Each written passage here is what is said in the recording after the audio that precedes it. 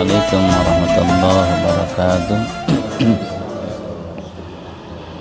Alhamdulillahilladzi ja'ala yawma jumu'ati afdalal ayyamil usbu wassa'atal mujabil masmu. Asyhadu an la ilaha illallah wahdahu wa asyhadu anna Muhammadan abduhu wa rasuluh. Allahumma shalli ala nuril anwar wa sirril asrar wa tiryakil aghyar wa miftahi babil yasar Sayyidina Muhammadin al-mukhtar wa alihi al-abtar wa sabil akhyar adadan na'minah wa ifdali amma ba'du. Fayayyul hadirun usikum wa iyaya bitaqwallah faqad fazal muttaqun kama qala Allah fi Qur'anil azim. A'udzu billahi samii'il 'aliim minasyaitonir rajiim. Bismillahirrahmanirrahim. Wa atii'ullaha war rasul la'allakum turhamun wa sari'u ila magfiratin min rabbikum wa jannatin arduha samawati wal ardh wa iddatil muttaqin. Al-ayah.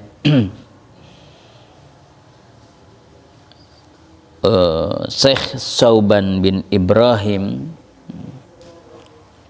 yang dikenal dengan Dunnuni al-Misri, ulama besar waktu tabi'in,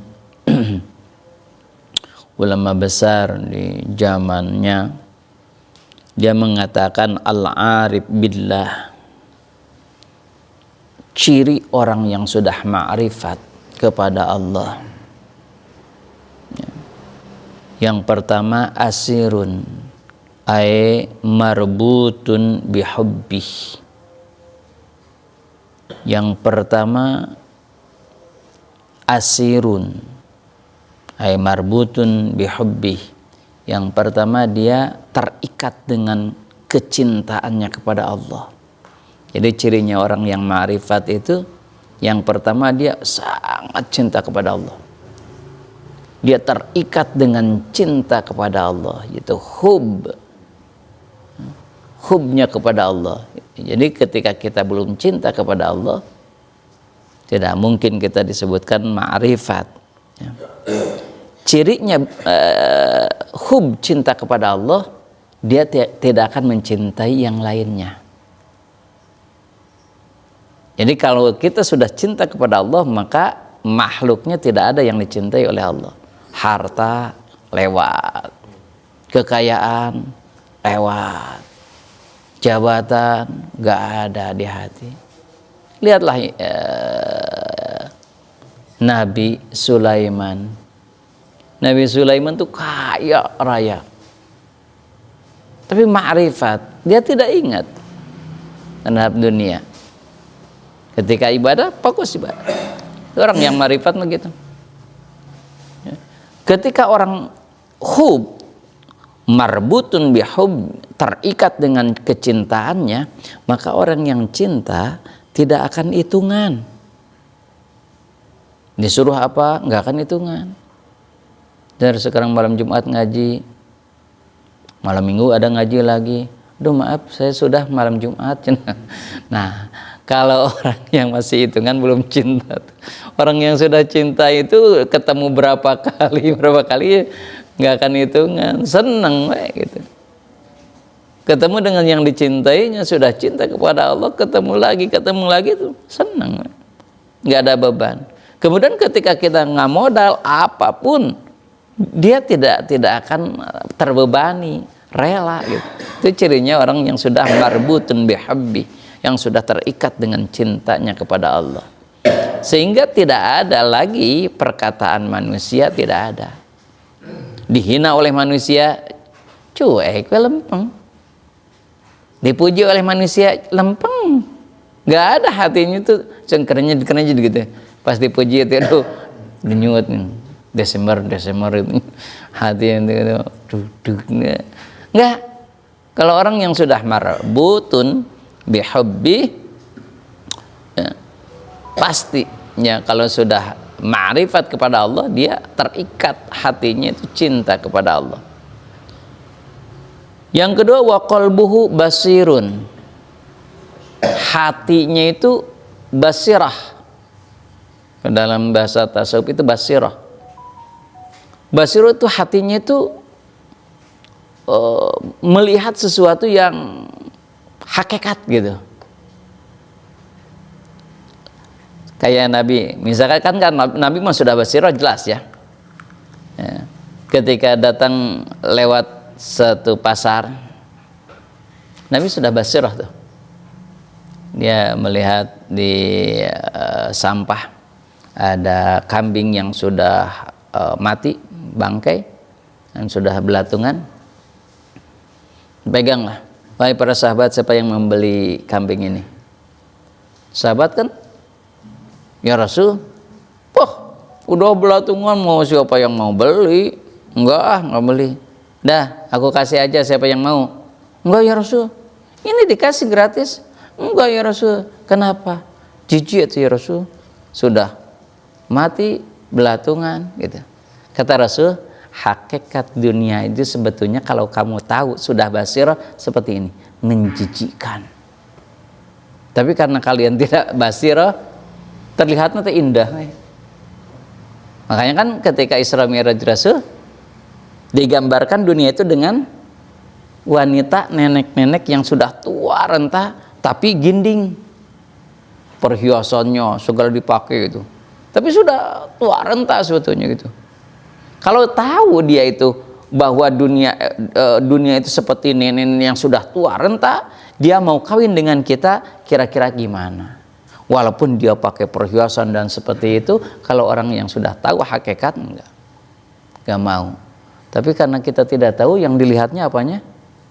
Perhiasannya. Baiklah ini lagi sugan babari maut. Sugan itu menang warisan anak kan gitu. Nah gitu. Kita mah aneh ya.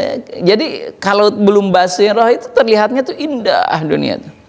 Terlihatnya tuh wah gitu, menggiurkan gitu. Menampilkan keindahannya dunia itu. Padahal hakikatnya itu menjijikan, kata Rasul. Makanya Rasul kan didatangi malaikat Jibril ya. Ya Rasul, aku tuh kasihan sekali kepadamu. Kenapa?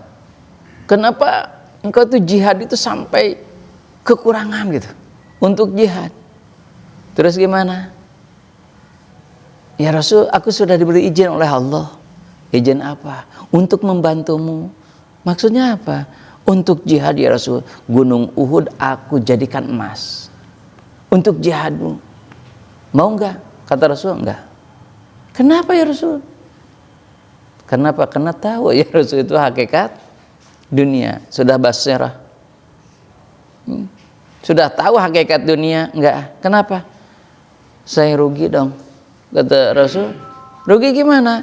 Kalau aku punya semuanya, harta banyak, emasnya hebat, jihad itu kan mudah. Kalau mudah gitu pahala aku apa? Tidak ada perjuangan dong. Nggak, kata Rasul. Masya Allah itu. Kalau kita, kata Rasul, kalau manusia pada umumnya yang tidak basirah, dia sedang butuh, kemudian ditawaran satu gunung emas. Kata Rasul, hai para sahabat, apakah ketika kalian butuh, benar-benar butuh, kemudian malaikat Jibril datang menawarkan emas, apakah kamu mau? Mau ya Rasul. Kemudian kamu ketawarkan lagi satu emas lagi, gunung yang kedua, mau nggak? Mau ya Rasul. Nah itulah pada umumnya. Pada umumnya manusia begitu. Kalau ayat yang tentang mati syahid itu basirah yang dikasih tahu sama Allah. Ya, basirah. Kalau basirah itu seperti itu. Apakah kira bahwa mati syahid itu mati? Iya. Padahal dia hidup di sini. Ya, insya Allah hidup. Wala taqulu liman yuqtalu fi sabilillahi amwat bal ahya'u walakin la tash'urun. Ya, jangan kira orang yang sedang jihad, orang yang basirah, orang wali-wali Allah itu mati. Apalagi nabi, wali, jangan kira mereka mati enggak di hadapan Allah. Tetapi kalian tidak tahu. Makanya kata ulama-ulama yang sudah basirah bahwa wali-wali tersebut tidak mati tapi ditempatkan satu tempat nanti bareng matinya pada kiamat. Artinya dia terus ibadah tapi tidak memerlukan lagi dunia. Secara berlebihan maksudnya gitu. Itu basirah tuh. Apa bedanya mata batin? Mata batin mah lebih luar itu, masih luar. Itu masih luar. Kalau mata batin itu bisa ke hal-hal yang apapun bisa. Misalkan, oh nasibnya akan gini, oh ini akan ini. Itu mata batin. Tapi kalau basirah itu lebih cenderung kepada keagamaan. Tuh. Contoh kata Imam Ghazali, aku melihat surga, bahwa surga itu indahnya seperti ini. Itu basirah tuh. Waalaikumsalam. Itu basirah. Ya orang yang sudah ma'rifat itu bahkan basirah. Hanya basirah itu memang tingkatannya beda-beda ya. Basirah itu beda tingkatannya gitu. Ya minimal hatinya itu kalau orang yang sudah basirah itu seket nggak hatinya teh. Gitu. Contoh misalkan kecil-kecilannya. Kalau ada yang pirasatnya itu tajam itu.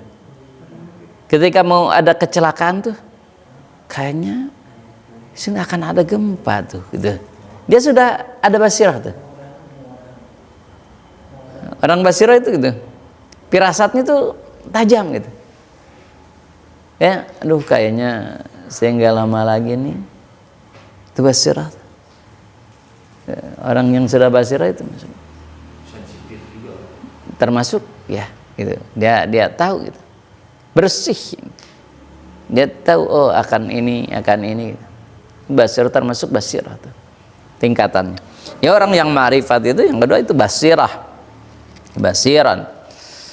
Mazinu libatihi bi muraqabati. Apa yang dimaksud dengan basirah? Basirah itu mazinu libatinihi bil muraqabah. Hatinya itu terikat muraqabah terus kepada Allah. Muraqabah terus meningkat gitu. Progres gitu. Hatinya itu ingin dekat dengan Allah gitu. Walidahiri al muhasabah. Dohirnya apa?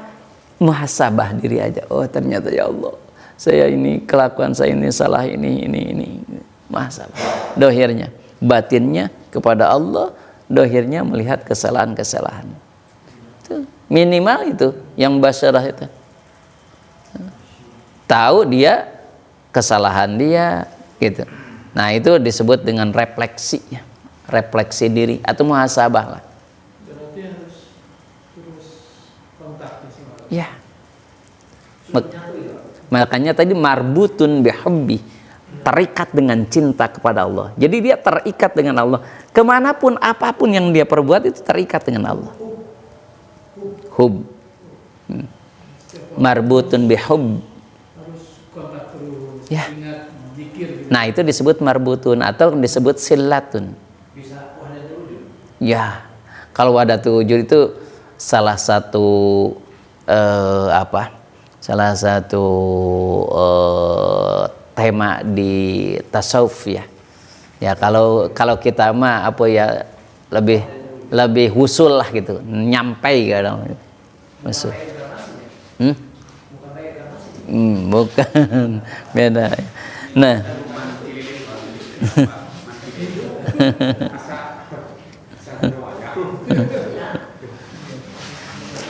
Nah, yang ketiga ciri orang yang ma'rifat itu wa amaluhu lillahi katsirun. Dia amalnya itu sangat banyak. Semua jadi amal soleh.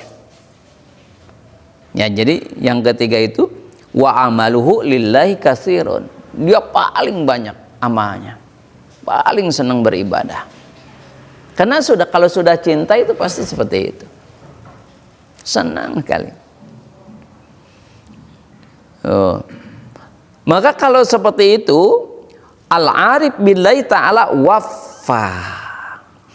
Yang keempatnya dia akan bi'ahdillah. Dia akan nyumponan, bahasa Sunda mah nyumponan karena janji nak Gusti Allah. Memenuhi janjinya kepada Allah. Gitu. Waffa.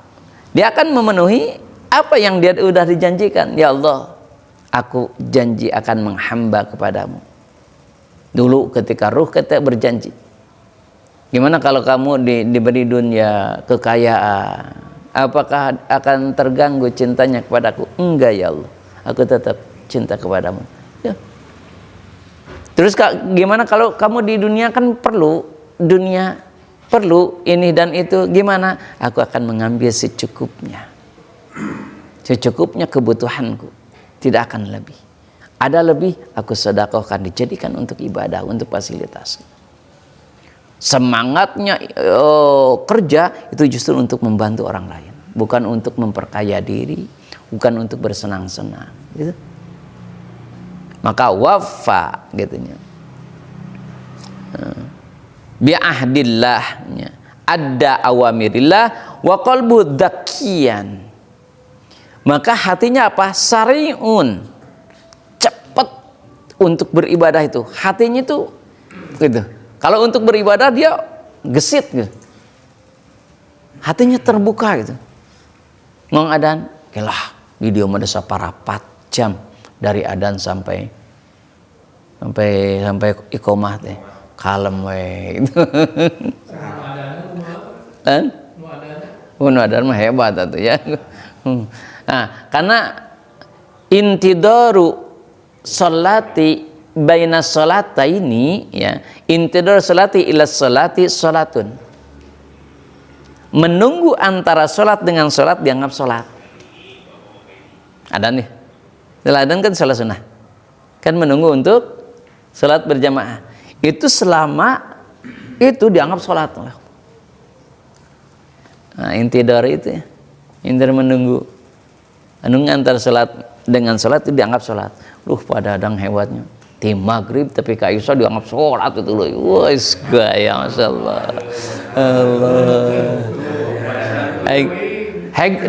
Kalau berjamaah terus aja itu sholat kan menunggu sampai Isya. Itu menunggu kalau tadi sholatnya maghribnya berjamaah dianggap terus saja berjamaah sholatnya. Kalau sholat berjamaah itu taruhlah misalkan 3 menit, 4 menit, 5 menit lah paling. Sekarang sampai Isya itu berapa menit dianggap berjamaah terus maghrib itu. Bisa ke subuh. Oh hebat kau mau itu.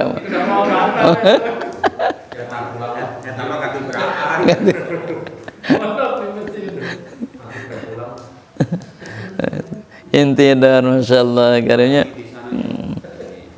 Nah, jadi wa qalbuhun dakian saniun, cepat gitu. Untuk kalau berbuat baik itu enggak banyak adadahnya, enggak banyak perhitungan. Kalau untuk ibadah, lihat aja Nabi. Ya Rasul, salat dulu. Siap. Ya Jibril, salatlah di Masjidil Haram. Ketika mau Isra Mi'raj. Enggak bertanya kenapa ya Rasul? Ya Jibril, kenapa harus salat di sini? Gitu enggak. Itulah kalau untuk ibadah Nabi itu enggak nanya-nanya. Ya Rasul berhenti dulu di Gunung Tursin. Salat ya Rasul, siap. Itu namanya dzakiyunnya. Hatinya wa qalbuhu dzakiyun. Ya, zakka, bersih, cepat gitu. Kalau udah bersih cepat set gitu. Makanya kalau orang yang sudah bersih hatinya, takbirnya tuh Allahu Akbar, niat udah semuanya sempurna. Allahu Akbar. Kenapa? Karena sudah bersih, maka cepat lah gitu. Beda dengan orang yang masih banyak dosanya kan Allah, nggak suka teh lila gitu. Geter, gitu, lila, lama gitu. Kenapa? Karena masih ikut mata nggak bisa cepat gitu. Hah? Kalau udah orang yang sudah bersih, artinya cepat. Hah? Tapi bagus kata Pak Taufik menyadari bahwa kita kurang. Oh berarti udah bersih, hatinya itu udah. Bukan langsung ditulang. Palanya lebih banyak kali itu. Dihitungnya satu aja, kegagalan itu was-was. Nah, lakin wa amalu lillahi zakiyun. Kemudian cirinya orang yang ma'rifat itu ketika amalnya itu zakiyun. Apa zakiyun itu? Bersih, murni aja kepada Allah. Tidak ada sedikit pun ada harapan apapun, enggak. Benar-benar aja karena Allah. Zakiyun, zaka, zaki. Zakiyun, zaka, zaki, zakiyah. Itu sama katanya. Suci, bersih. Zaki. Zaka.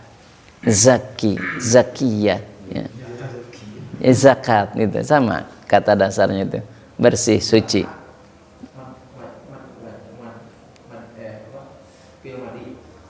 Iya, zakat fi'il madi. Zakka. Yuzakki zakiyatan.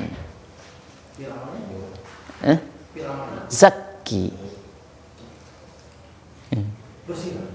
Bersihkanlah olehmu. Nah, amalnya itu murni aja gitu. Dan terus bertambah dan amalnya murni karena Allah, tidak ada yang lainnya gitu. Nah, itulah ciri-ciri orang yang sudah ma'rifat. Silakan kan nilai sendiri aja kita sudah nyampe belum gitu. Kalau belum ya kita kejar gitu. Targetannya ma'rifat. Wan Abi Sulaiman Ad-Darani annahu qol aslu kulli khairin fid dunya wal akhiratu al khauf minallah. Syekh Abi Sulaiman Ad-Darani menambahkan, sebetulnya asal pondasi pokok dari kebaikan baik di dunia maupun di akhirat adalah khauf. Takut. Kalau ada orang sudah takut, itu udah pasti bager lah, baik, mendapat kebaikan. Kalau orang berani, orang-orang kafir Quraisy diberi peringatan oleh Allah, mana adabnya, sok gitu kan, berani. Tapi kalau orang yang takut, maka dasarnya pokoknya sebetulnya khauf. Ada nggak kita takut kepada Allah?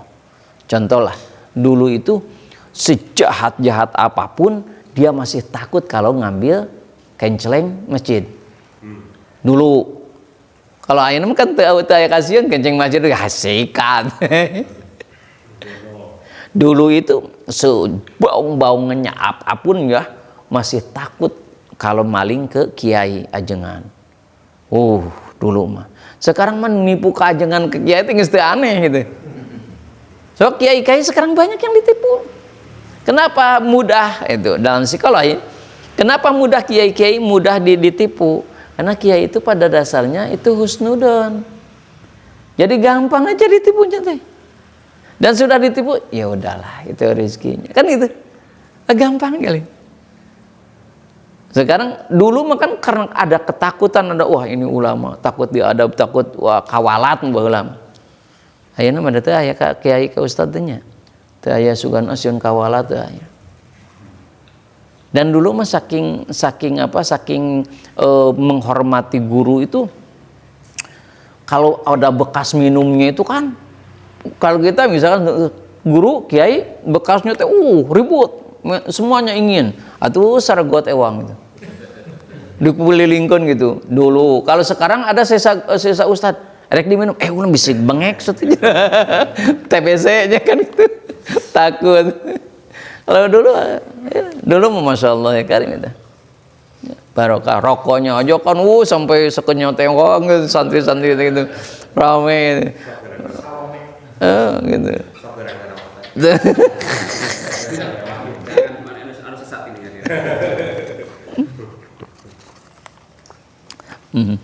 Insyaallah karimnya. Kalau dulu itu ada dalil kiai itu kenapa suka ngerokok katanya supaya tidak ngantuk. Ketika tidak ngerokok itu katanya ngantuk. Makanya ngerokoknya itu bisa jadi ibadah tuh. Kalau kiai. Kenapa? Kalau tidak ngerokok dia ngantuk, ngajinya nggak akan benar. Tapi dengan ngerokok ngajinya bagus. Berarti rokoknya itu hebat.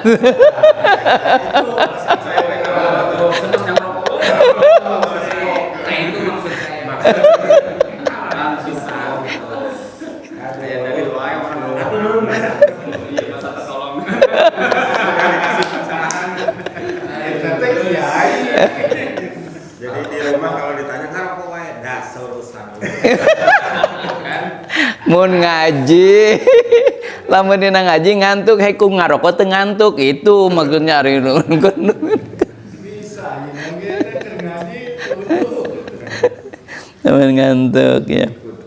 Makin seneng aja, boy. Ya, aslu kulli khair, tapi kalau saya itu sebetulnya enggak ngaruh. Maksudnya enggak ngaruh, rek ngarokok teu ngarokok, justru ngarokok lebih tunduh. Ya makanya tara ngarokok dasar jadi tunduh ngarokok. Ya doraka itu ngarokok lagi lah jadi nurutan. Emang gitu, kalau ngarokok tunduh ya. Nggak sebakat. Ya Allah. Nah, jadi intinya kata Syekh Sulaiman sebetulnya ingin kebaikan, ingin ma'rifat pun khauf dulu yang pertama. Ada istilah takut aja dulu. Takut aja.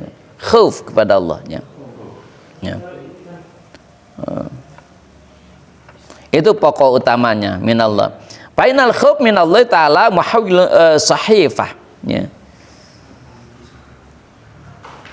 Wa miftahud dunya as-sab'u, pintu kuncinya dunia adalah kenyang. Namun kalau kita mencari dunia itu kalau lapar nggak akan semangat. Maka kalau ingin mencari dunia harus kenyang. Insya Allah dapat dunia.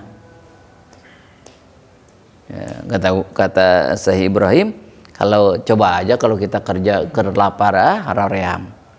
Makanya harus kenyang, itu kerjanya bakal bagus. Hanya sebaliknya, wa miftahul akhirah, dan miftah akhirat, kuncinya akhirat itu alju, lapar. Jadi kalau ingin dapat akhirat harus banyak lapar, harus banyak saum. Kalau ingin dapat akhirat, kalau ingin dapat dunia harus kenyang. Gitu. Kalau ingin dapat akhirat harus lapar. Mau setengah lapar. Enggak lah. Ya kan likulli syai'in hakun kata Rasul. Segala sesuatu ada haknya. Ketika kita cari dunia ya ada waktunya. Makanya Nabi hanya 2 hari kan seminggunya. Senin, Selasa. Cukuplah gitu. Ya kalau misalkan cari dunianya kan Senin Kamis, misalkan Senin sama Kamis, Isnin Kamis agak kurang karena lapar misalkan, nggak apa-apa lah kan karena ketutup dengan yang hari lain. Ya, ada untuk kerja poolnya, ada untuk saumnya gitu. Makanya Nabi kan mencontohkannya Senin Kamis. Nah, Senin gitu, Kamis cukup lah gitu.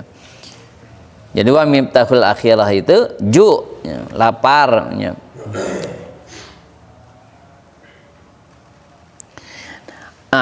Sedangkan al ibadatu harfatun ay muktasabun min kulli jihatin ya. Kalau ibadah itu harus terus bergerak, jangan diam di satu tempat. Harus dikasabkan, harus terus dari setiap penjuru kita harus jadi ibadah. Apapun gitu jadi ibadah. Aku makan kerjanya jadi arsitek. Apakah arsitek nggak jadi ibadah? Ya jelas jadi ibadah lah. Orang itu punya, misal contoh, punya lahan sedikit, ingin bikin rumah tapi yang unik, yang bagus, arsitek gini bermanfaat untuk orang lain. Jadi kan ibadah apapun ya. Jadi seolah-olah yang harus disebut ibadah itu kalau yang berbau agama. Kalau guru agama, kalau guru matematika enggak ibadah. Salah, semua aja jadi ibadah. Gitu. Mingkuli jihatin. Bisa jadi ibadah, silakan jadi apapun gitu. Kerja dimanapun, apapun itu jadi ibadah. Ya, jadi harus terus progres gitu. Jadi dalam ibadah itu jangan diam di situ aja gitu. Tambah.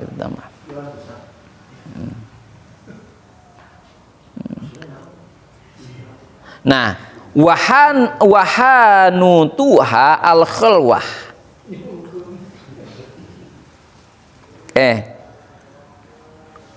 Pasar untuk ibadah, namanya pasar itu kan semua kebaikan, semua hal yang kita perlukan di situ ada di pasar tuh. Nah, kalau pasarnya akhirat, pasarnya untuk kebaikan adalah khalwat. khalwat. Nah, khalwat itu Sepi-sepi dengan Allah.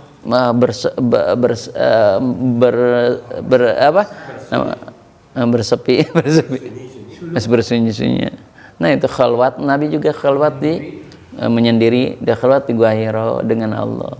Itu pasar segala ada di situ dengan khalwat. Maka ibadah yang paling hebat itu di hadapan Allah itu justru ketika khalwat, ketika menyendiri. Itu yang paling hebat di hadapan Allah. Apa yang bisa dipetik dari khalwat? Ikhlasnya, tenangnya, hanya mengharapkan hanya kepada Allahnya. Lebih banyak mana dengan kalau kita bermuamalah dengan masyarakat? Ya, makanya ada waktu-waktunya. Biasanya para ulama itu di waktunya gini, sebelum usia tutup, biasanya dia muamalah. Biasanya muamalah. Nabi lah contohnya Nabi. Nabi kan masih sehat mah muamalah terus. Tapi setelah usia 40 tahun dia lebih dekat fokus kepada akhirat. Apalagi ketika dekat-dekat wafat beliau lebih menyendiri di rumah. Sering jarang keluar gitu. Makanya kalau ulama-ulama salaf biasanya gitu.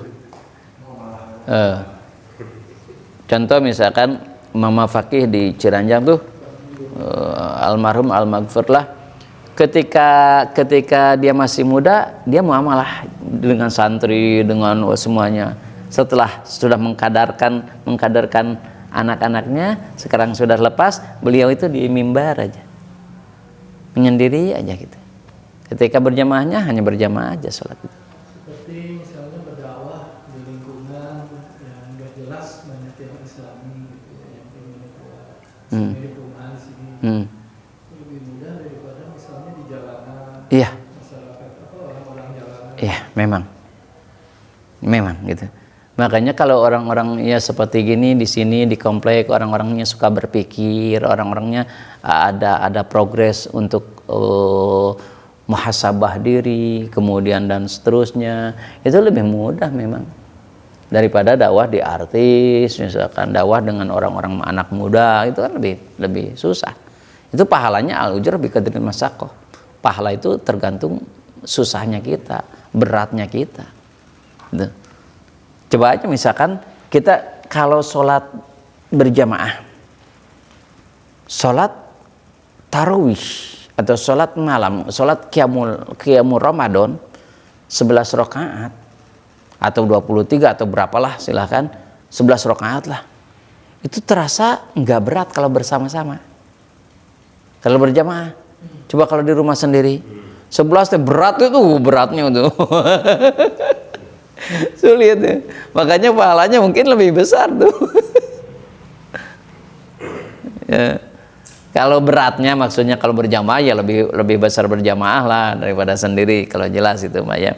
Hanya dalam beratnya kan kalau sendiri mah aduh kalau segitu teh wah so lama gitu. Kalau berjamaah mah kan ringan. Makanya khalwat itu lebih sok aja coba ketika kita di masjid sholat sunnah itu gampang, mudah.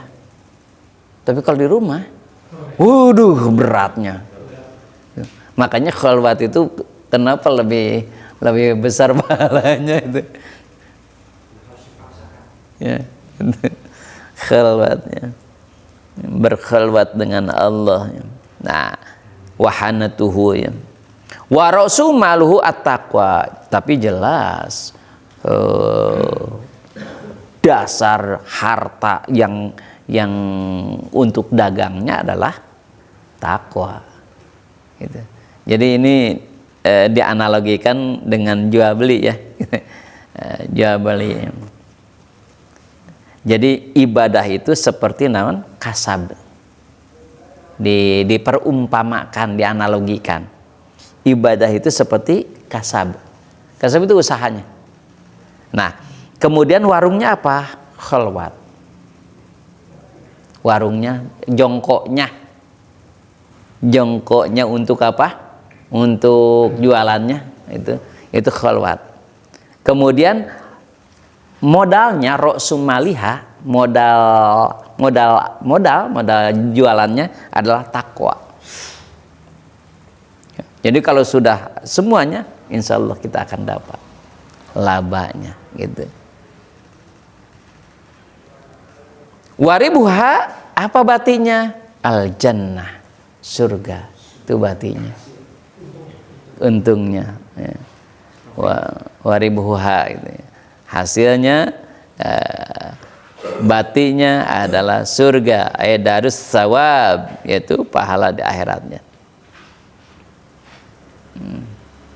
Nah, makanya untuk mendapatkan itu semuanya, Malik bin Dinar mengatakan ihbas salasan bisalasin hatta takuna minal mu'minin. Nah, beliau mengatakan kalau benar-benar orang mukmin sudah hakikat, dia hakikatnya mukmin yang hakiki, gitulah bahasa kita namanya. Dia kalau ingin disebut mukmin hakiki, maka harus bisa mengalahkan sifat yang jelek diganti dengan sifat yang baik. Baru itu disebut dengan orang yang mukminnya hakiki. Ya, jadi mukmin yang hakiki, yang bagaimana dia bisa melawan al-kibru bitawadhu, takabur diganti dengan tawadhu.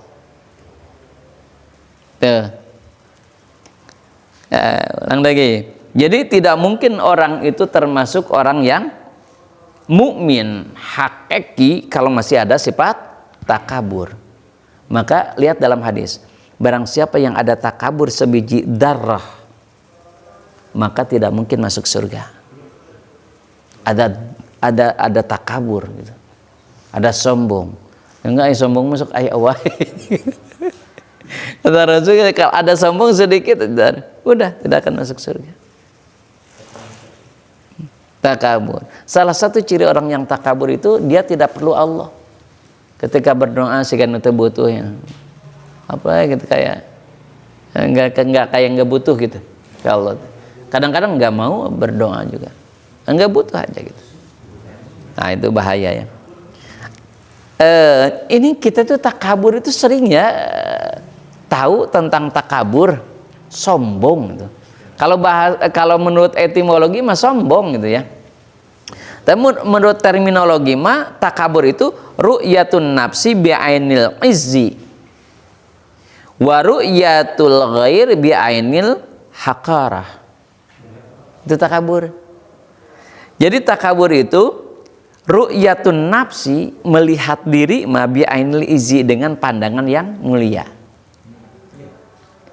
Tapi kalau melihat orang lain, waru'iyatul ghair bi'ainil haqarah. Kalau lihat orang lain, melihat dengan pandangan ngahinakeun. Gitu, cetek. Orang. Aing. Jadi dia ngomong ayah sega aing. Oh, sega orang enggak akan mungkin adalah sega. Wah. Jadi dia mah kumaha akang. Gua ya gitunya. Gitu. Nah, itu takabur tuh. Jadi takabur itu memandang diri mah mulia. Oh, aku. Tapi melihat orang lain, alah gampang kita tuh. Gitu. Ke orang lain gitu. Nggak gampang kan. Takabur tuh.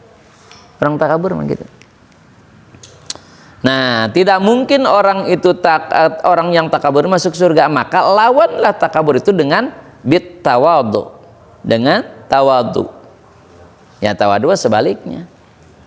Gitu. Melihat orang lain itu lebih mulia, kayak Imam Ghazali kemarin. Kalau lihat ke orang yang sudah tua, masya Allah, dia mau sudah banyak amalnya. Kalau aku kan masih muda, amalnya juga masih sedikit. Dia ilmunya sudah hebat, sudah tua, pengalamannya sudah banyak. Kalau lihat yang masih muda, ya Allah, dia mah dosanya masih muda, dosanya juga masih sedikit. Kalau aku sudah tua, dosanya udah banyak ya. Jadi melihat orang lain itu lebih mulia daripada kita. Itu orang tawadhu tuh. Makanya Nabi ketika terakhir sholatnya di Masjidil Aqsa kan, kalau sekarang mah mungkin kalau sekarang ya malaikat Jibril itu adan lah, kemudian komat gitu. Nggak komat itu kan Nabi nggak berdiri, duduk aja. Kemudian dipegang oleh Jibril, ya Rasul silahkan jadi imam. Enggak, itu ada Abul Bashar, bapaknya manusia, Nabi Adam. Enggak kata Allah, engkau enggak, itu ada Abul Anbiya, bapaknya para nabi, Nabi Ibrahim. Itu tawadhu tuh. Enggak merasa iya ini itu. Untuk sisi geng, ngagegag di haru kene. Singkir. Nabi itu tawadhu, masyaallah karim. Sehingga ada seseorang yang menyebutkan, ya Rasul, aku membaca salawatnya gimana?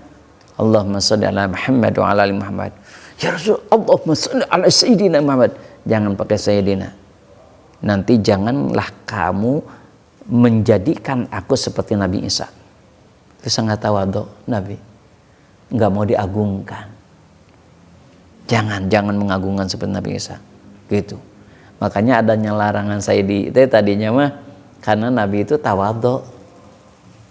Ya, tawadhu ya di depan gitu. Enggak, jangan gitu. Nah ini kalau seperti ini bahasa perbedaan dalam hal fikih ya. Itu apa lebih banyak disebabkan karena pemikiran daripada orang-orang atau dari sanadnya? Karena mungkin yang menyampaikan hadis itu kan ada banyak orang para sahabat gitu kan. Ya. Walaupun kalau saya sanadnya cuma satu. Ya. Bisa jadi tetap aja variasi pasti ada. Iya. Karena kan pemikiran orang juga kan belum tentu sama. Ya. Karena itu dilihat di dalam ulumul hadis. Kenapa adanya perdebatan satu? Karena hadis yang diterimanya beda-beda. Yang kedua, background dia itu pemahamannya beda. Kemudian kecerdasan seseorang juga beda-beda. Banyak sekali faktor yang menunjang untuk perbedaan paham. Gitu. Jadi lebih banyak karena beda pemahaman. Makanya fikih itu al-fahmu. Fikih itu artinya paham. Kenapa sekarang ormas itu lebih cenderung perbedaannya dalam hal fikih? Karena prakteknya di fikih. Bukan dalam hal tauhidnya. Lebih sedikit kalau tauhid kan. Kalau tauhid mah memang enggak terlalu banyak. Karena memang dari Nabi Adam sampai Nabi terakhir pun tauhid mah sama. Tapi fikih mah beda-beda. Setiap nabi. Ini Ya. Muhammadiyah begitu, Ya. Persis begitu, Ya. Salafi begitu. Jadi berkotak-kotak. Karena kita itu dari Arab ya. Di Arab itu hampir sama dengan Cina. Kesukuannya lebih kuat. Contoh misalkan Madinah. Pada umumnya madhabnya siapa? Maliki. Kenapa? Karena Imam Maliki dari Madinah. Itu kesukuannya lebih kuat, entah. Kesukuannya dari dulu itu. Jadi ketika yang lain suku lebih diutamakan gitu. Nah, itu memang. Nah, jadi yang datang ke Indonesia atau apapun tetap aja kesukuan. Ya kenapa di Madinah dulu enggak jadi negara? Karena ego kesukuan Khadraj, Aus, Yahudi itu saling berantem kesukuan. Itu kan disatukannya oleh Nabi. Itu kuat sekali itu kesukuannya. Sama madhab itu kan sama kesukuan gitu. Kalau udah ini salah juga justifikasi cari aja gitu.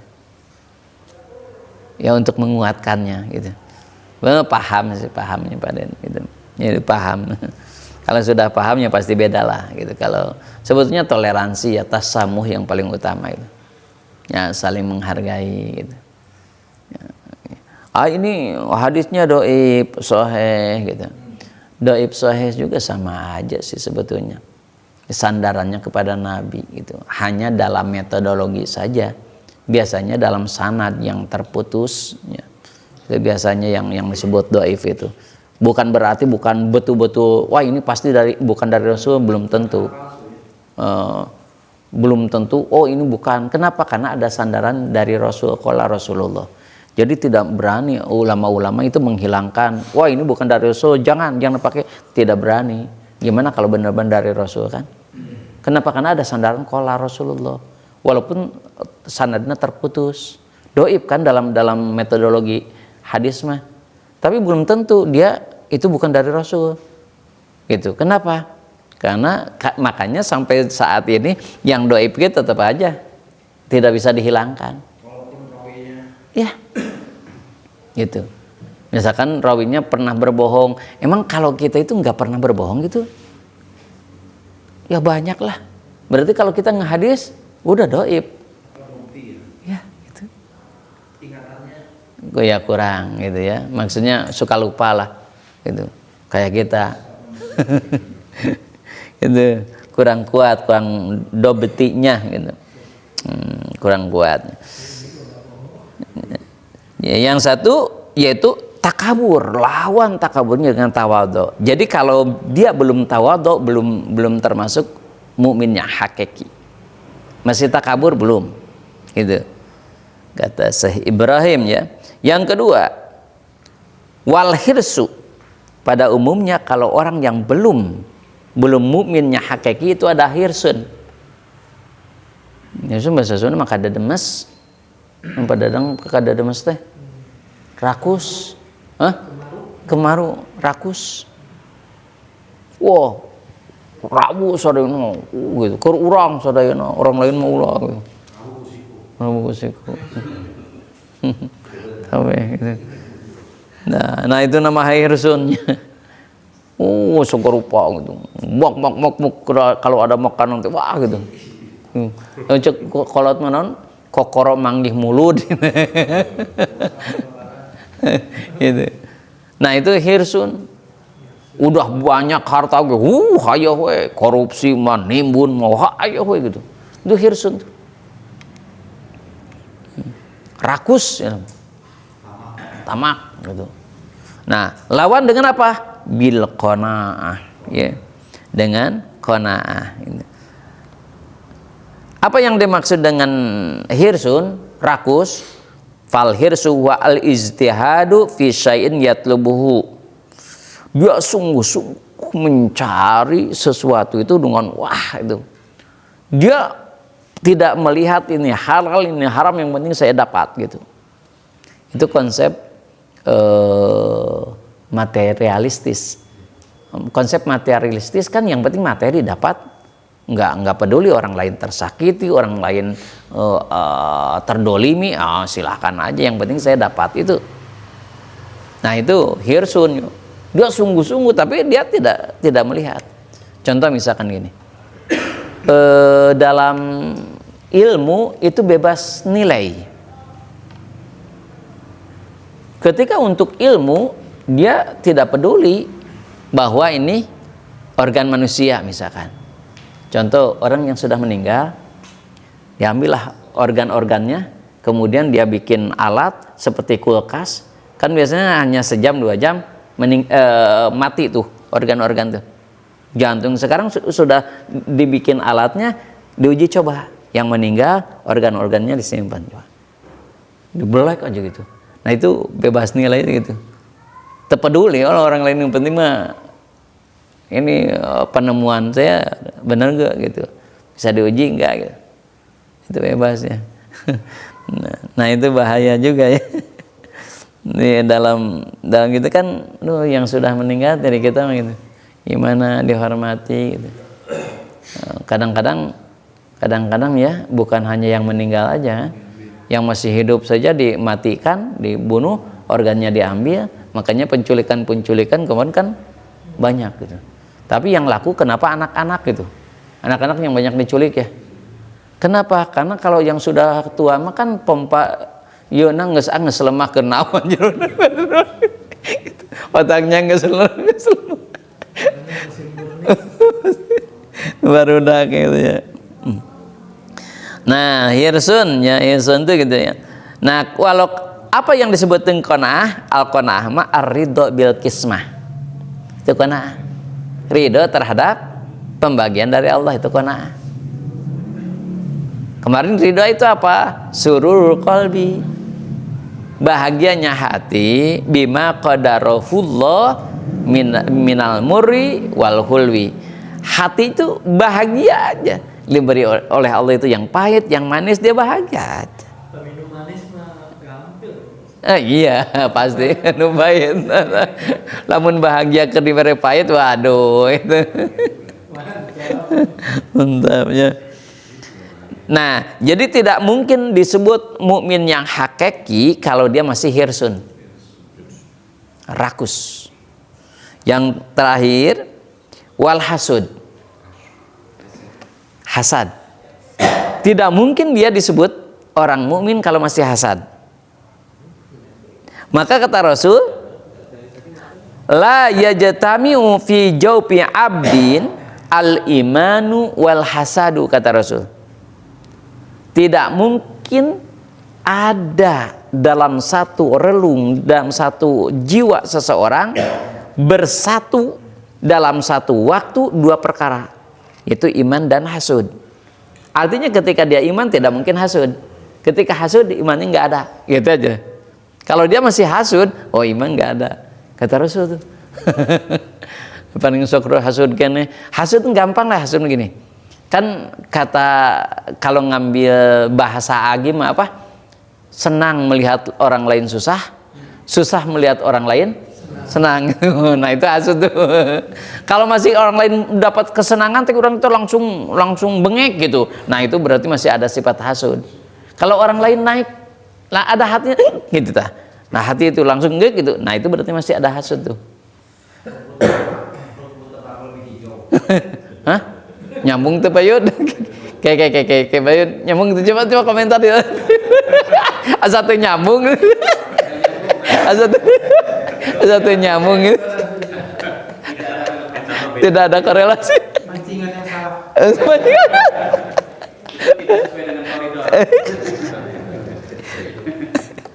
Nah, jadi antara hasad dan iman tidak akan bisa bersatu. Ya kadang-kadang gitu ya, jangan orang lain kita aja kan, orang lain mendapatkan nikmatnya suka aya kene rada panas gitu ya, gitu sesek gitu. Nah kalau masih ada seseknya itu berarti kita tidak ridho, berarti masih hasud tuh, berarti imannya kita harus diperbaiki gitu. Ya kadang-kadang kita, ya Allah orang lain mah gitu, hayang nama ka urang we gitu nikmatna teh gitu, nu hasud gitu.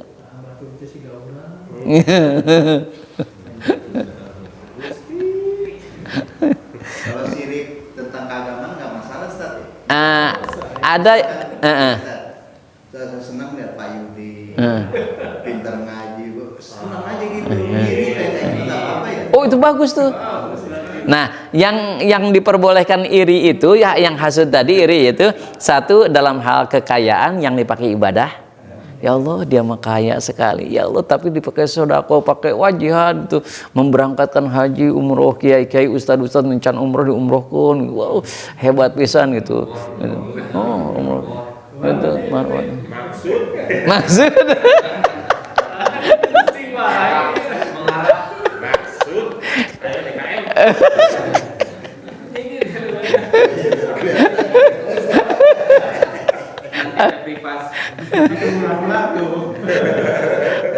Nah jadi iri gitu. Ya Allah dia mah kaya, masya Allah tapi hebat dipakai ibadah, ingin saya juga kaya, ingin seperti dia gitu. Nah itu bagus. Atau dalam ilmu, ya Allah dia itu ilmunya hebat, aku ingin seperti itu. Atau amal, ya Allah amalnya hebat, aku juga ingin, asa, orang tuh bisa gitu. Nah itu bagus, nggak apa-apa itu. Memang bagus, itu ada motivasi nantinya gitu. Ada ya Allah ingin saya kayak ya iyalah saya pergi kedah ikhtiar. Makanya saya itu kalau baca hadis ini asa ya Allah gitu ya, orang yang iman tidak mungkin hasud, orang yang hasud tidak mungkin iman, tidak akan bersatu dalam satu ruang gitu. Artinya ketika iman dia tidak akan mungkin hasud, kalau hasud tidak iman, kita kadang-kadang hasud. Aduh ya Allah berarti imannya sedang tidak ada gitu. Bisa jadi. Aduh, jadi yang disebut dengan mukmin yang hakiki itu kita tuh kadangnya jauh gitu ya. Takabur masih ada, hirsun, rakus masih. Kalau gitu, Gitu ya. kalau bersatu dalam satu hati, Ya. dalam hati itu Ya. bersatu kebaikan dan keburukan. Heeh. Berarti ibadahnya masih ada kekurangan. Gitu. Ya iyalah. Tidak mungkin kan gitu ya. Wala talbisul haqqo bil batil. Janganlah kamu mencampur adukan antara hak dan batil dalam satu tempat maksudnya gitu. Oh, Masya Allah kan kita kadang-kadang ya, dalam sholat aja kan ada batilnya gitu. Dalam sholat aja gitu ya, dalam sodakoh ada batilnya. Sodakoh bari ngahina gitu ada batilnya. Mencampur adukan hak yang batil. Dan Masya Allah Karim disebut ma'rifat tadi belum disebut mukmin yang hakiki oge acan ari urang naon da lasut itu ente enggak ini enggak Allah masyaallah Karim tapi terus kita harus progres harus bisa meningkat ya. Dilawan oleh sendiri saja tadi oh ini teh hasilnya ternyata gini gitu ya wallahu a'lam bishawab.